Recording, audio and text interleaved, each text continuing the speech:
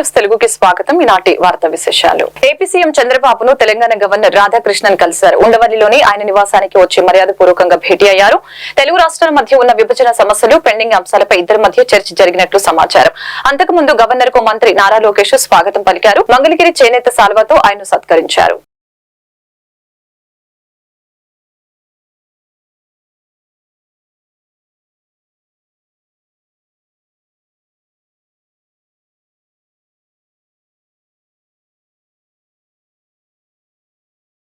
Panchayati Raj, engineering, RWS అధికారులతో ఉప ముఖ్యమంత్రి పవన్ కళ్యాణ్ సమీక్ష సమావేశం నిర్వహించారు. వివిధ శాఖల్లో నిధుల వినియోగంపై చర్చించారు. ఆయా శాఖల్లో చేపట్టిన పనుల ప్రస్తుత స్థితిపై ఆరా తీశారు.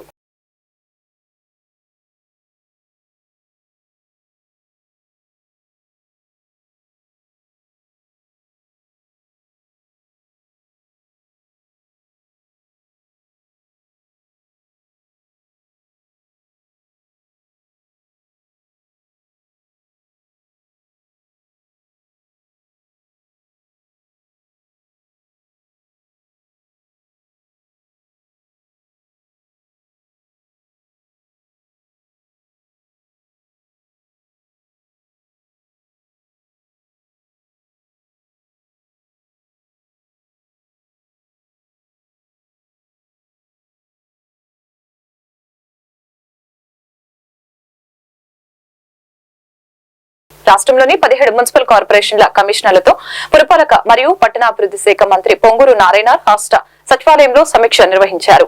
సీజనల్ వ్యాధులైన డయేరియా, డెంగ్యూ, మలేరియా మరియు ఇతర వ్యాధుల నియంత్రణకు తీసుకుంటున్న చర్యల్ని, త్రాగునీటి సరఫరాను మెరుగుపరిచేందుకు మరియు మున్సిపల్ కార్పొరేషన్లని ఆర్థికంగా బలోపేతం చేసేందుకు తీసుకుంటున్న చర్యల్ని ఈ సమావేశంలో మంత్రి సమీక్షించారు.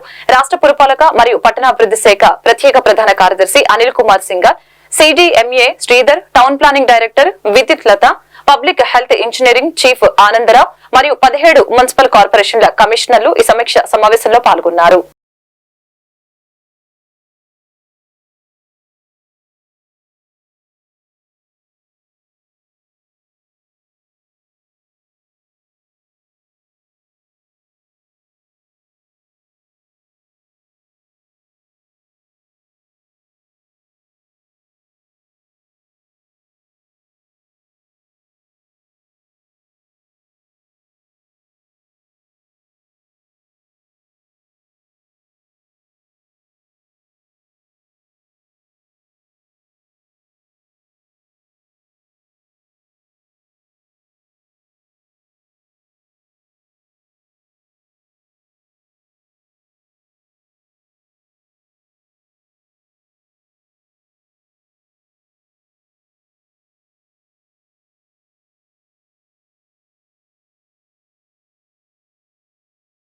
రాష్ట్ర పౌర సరఫరాల శాఖ మంత్రి నాదెండ్ల మనోహర్ కాకినాడలో శాఖపరమైన సమీక్ష నిర్వహించారు. కాకినాడ జిల్లాలో నిత్యావసర సరుకుల పంపిణీ, గోదాములో ఉన్న నిల్వలు, రేషన్ బియ్యం తదితర అంశాలపై సమగ్రంగా సమీక్షిస్తూ నివేదికను పరిశీలించడం జరిగింది.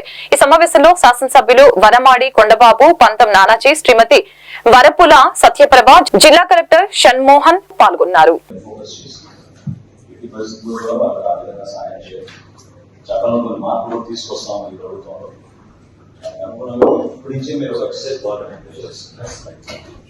Sir, in this regard, the project manager, sir, the revenue and agriculture type of coordination meeting we are going to be no tenants should be missed and 70,000 working target RBK level work back.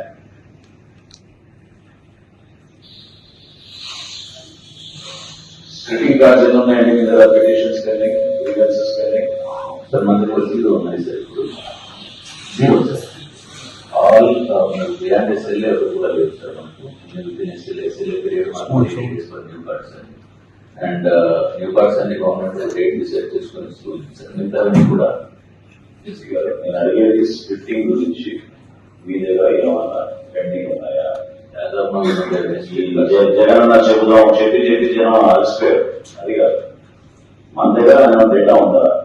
అర్జీలు విషయం ఏంటంటే millets production రాష్ట్రంలో అవైలబుల్లో civil supplies department ద్వారా వినియోగదారులందరికీ కూడా రాష్ట్ర వ్యాప్తంగా అన్ని జిల్లాల్లో కూడా మిల్లెట్స్ డిస్ట్రిబ్యూషన్ చేద్దామని ఒక సిద్ధం చేస్తున్నాం. అందులో భాగంగా మీరు మా జిల్లా నుంచి ప్రత్యేకంగా మిల్లెట్స్ రైతులు ఇంకా జాగ్రత్తగా వ్యవసాయం చేసుకునే విధంగా మనం చేయాల్సిన కార్యక్రమాలు ఉంటాయి. ఒకసారి మీరు మళ్ళీ కరెక్ట్గా డీటెయిల్ రిపోర్ట్ ఇవ్వండి. సివిల్ సప్లైస్ డిపార్ట్మెంట్ నుంచి మీకు ఈ విధంగా మేము సపోర్ట్ చేస్తాం. ఒక టార్గెట్ పెట్టుకునే ఈ సంవత్సరం నుంచి రాష్ట్ర వ్యాప్తంగా డిస్ట్రిబ్యూషన్ చేయాలని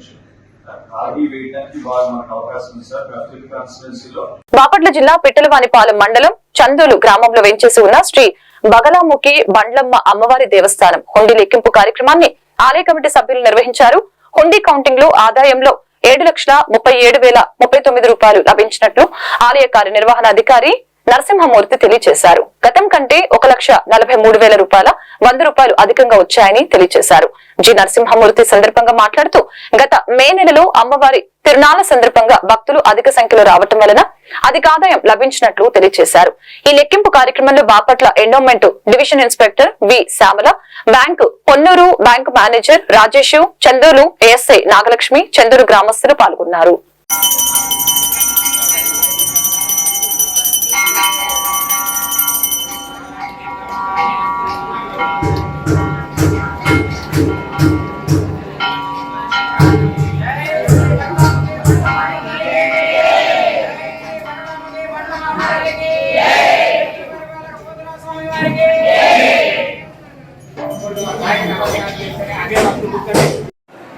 అందరికీ నమస్కారం. ఈరోజు చందోల గ్రామంలో వేంచేసి ఉన్న శ్రీ బగలాముఖి బండ్లమ్మ అమ్మవారి దేవస్థానంలో హుండీ కౌంటింగ్ నిర్వహించడమైంది. ఈ హుండీ కౌంటింగ్లో భక్తులు, గ్రామస్తులు, ఇతర అధికారులు కూడా పాల్గొన్నారు. మరి ఈ హుండీ కౌంటింగ్ 159 రోజులు గాను మొత్తం 7,03,739 రూపాయలు ఈ మొత్తం రావడం జరిగింది. 7,03,739 రూపాయలు ఈ అమౌంట్ రావడం జరిగింది. ఈ హుండీ లెక్కింపు కార్యక్రమంలో మరి మా దేవస్థానం పూజారులు, దేవస్థానం సిబ్బంది, ఎండోమెంట్ డిపార్ట్మెంట్ నుండి inspector Shrimati V Shyamala, Bapatla division inspector వారు, అలాగే Konnuru HDFC bank manager Shri Rajesh garu, వారి స్టాఫ్ సతీష్ గారు, అలాగే మా చందోలు పోలీస్ స్టేషన్ నుంచి మరి 2 మహిళా కానిస్టేబుల్, అలాగే మరి ఇతర గ్రామస్తులు మా చందోలు గ్రామం తరపున వీరంతా కూడా రామనవారిపాలెం గ్రామం నుంచి కూడా కొంతమంది మహిళలు వచ్చి ఈ లెక్కింపు కార్యక్రమంలో పాల్గొన్నారు. మరి ఈ లెక్కింపు కార్యక్రమం పాల్గొన్న వారందరికీ కూడా మనస్ఫూర్తిగా ధన్యవాదాలు తెలియపరుస్తున్నాం. జయహో మాత, జయహో జయ. బాపట్ల జిల్లా చీరాల డీఎస్పీ బేతపూడి ప్రసాద్ ఆధ్వర్యంలో 1వ పట్టణ సిఐ శేషగిరిరావు, ఎస్ఐలు, సబ్ అధికారులు, సిబ్బంది గౌతమి కళాశాల విద్యార్థులు డ్రగ్స్ పై పట్టణంలో అవగాహన ర్యాలీ చేపట్టారు.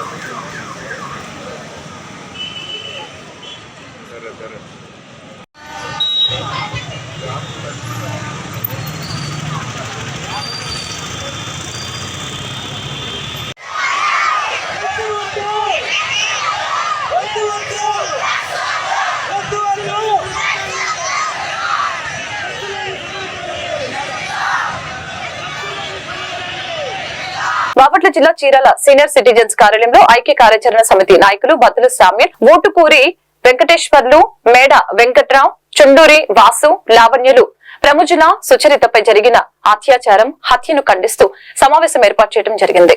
ఈ సందర్భంగా పలువురు మాట్లాడారు. చీరాల మండలం ఈపురపాలెం గ్రామం సీతారాంపేటలో పమ్ము జిల్లా సుచరిత అనే యువతిపై హత్యకు పాల్పడిన నిందితుల్ని కఠినంగా శిక్షించాలని అన్నారు. ఆ కుటుంబానికి ప్రభుత్వం అన్ని విధాలుగా అండగా ఉండాలని, ఇంటి స్థలం కూడా జారీ చేయించివ్వాలని కోరటం జరిగింది. నిందితులకు విధించే శిక్షను చూసి ఇటువంటి సంఘటనలకి మరొకరు పాల్పడాలంటే భయం కలిగే విధంగా ఉండాలని డిమాండ్ చేశారు.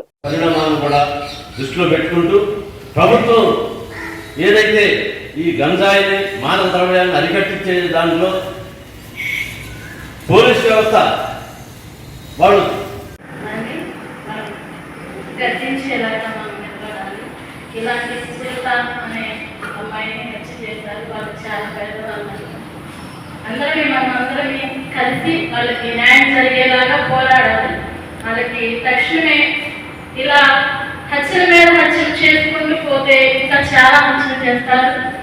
ఎవరు కూడా ఇలా డ్రగ్స్ వీటన్నిటిని అరికట్టి మనందరం నిలబడి వాళ్ళకి తక్షణమే ఎన్కౌంటర్ ఇలాగా కేసుల మీద కేసులు పెట్టుకుంటూ పోతున్నా వాళ్ళు ఏదో అంకాల మీద వేలు మీద వస్తున్నాం 2 నెలలకి 3 నెలలకి అని ప్రతి చోట ఇలాగే నిర్లక్ష్యంగా జరుగుతున్నాయి. చీరాలో ఇంకా ఎక్కువగా దొంగలు పట్టుకోగలిగారు, ఎక్స్‌గ్రేషియా కూడా ఇచ్చారు. అది సరిపోదు, ఇంకా ఆ కుటుంబానికి ఒక భద్రతగా ఉద్యోగ అవకాశం ప్రభుత్వం కల్పించాలా.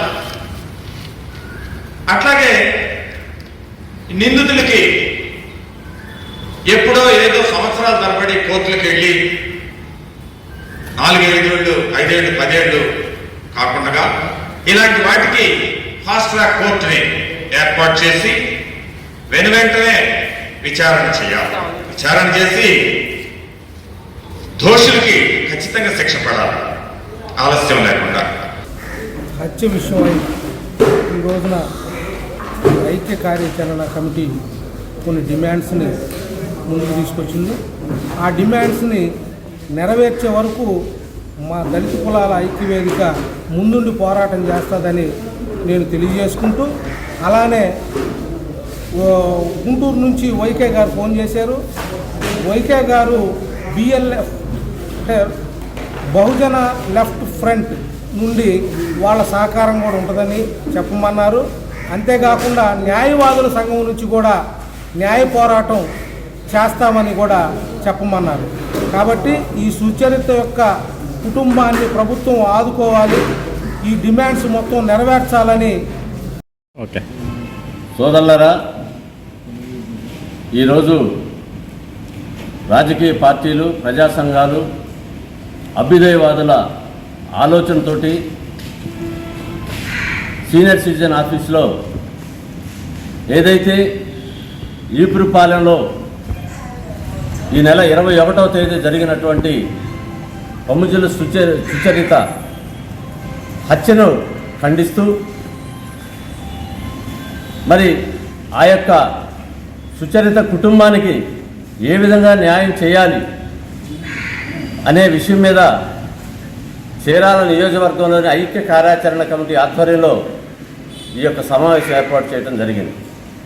ఈ సమావేశంలో ప్రజా సంఘాలు, రాజకీయ పార్టీ నాయకులు, మేధావులు చాలామంది మరి వచ్చేసి వారి యొక్క సలహాలను ఇవ్వటం జరిగింది. ప్రధానంగా మాట్లాడిన వాళ్ళందరూ కూడా ఏదైతే ఈ సుచరిత బాపట్ల జిల్లా చీరాల ప్రభుత్వ వైద్యశాలలో ఒంగోలుకు చెందిన HCGMNR క్యాన్సర్ హాస్పిటల్ వైద్యులు నాగళ్ల ప్రదీప్ కుమార్ రెడ్డి ఉచిత క్యాన్సర్ శిబిరాన్ని నిర్వహించడం జరిగింది. ఈ సందర్భంగా ఆయన మాట్లాడారు. ఒంగోలులో ప్రముఖ క్యాన్సర్ సెంటర్ మాది.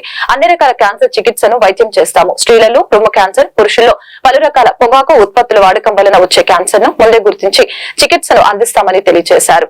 ఈ కార్యక్రమంలో executive manager CH Satish Kumar సిబ్బంది పాల్గొన్నారు.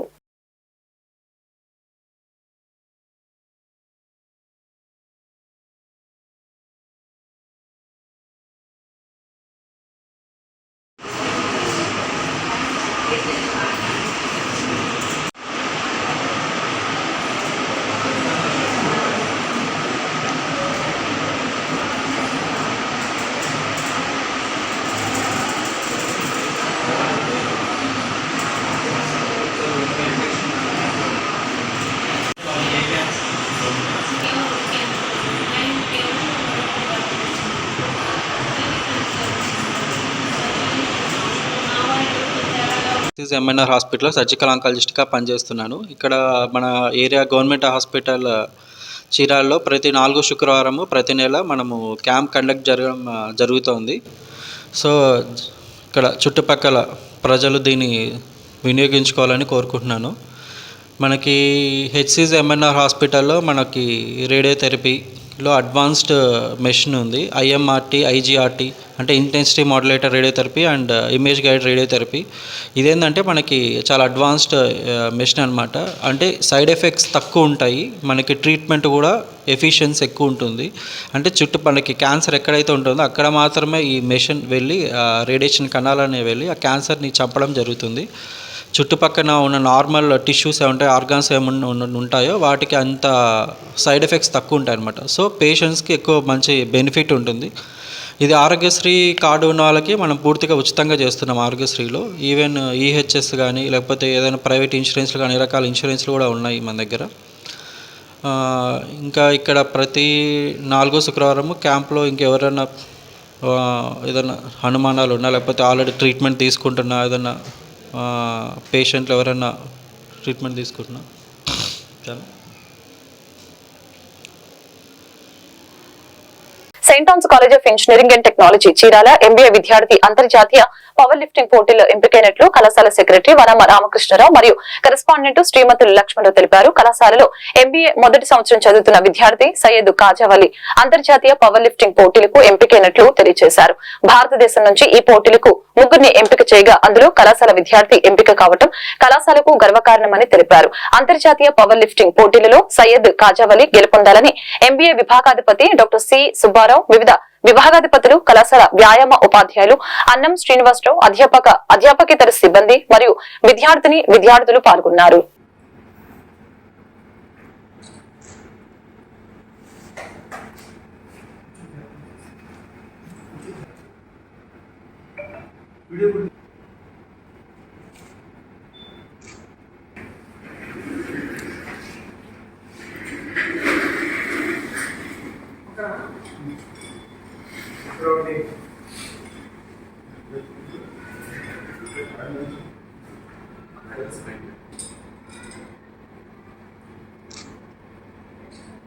పేరు వచ్చేసి సయ్యద్ కాజావలి. నేను saint engineering college of technology చీరాలలో ఎంబీఏ ఫస్ట్ ఇయర్ చదువుతున్నాను.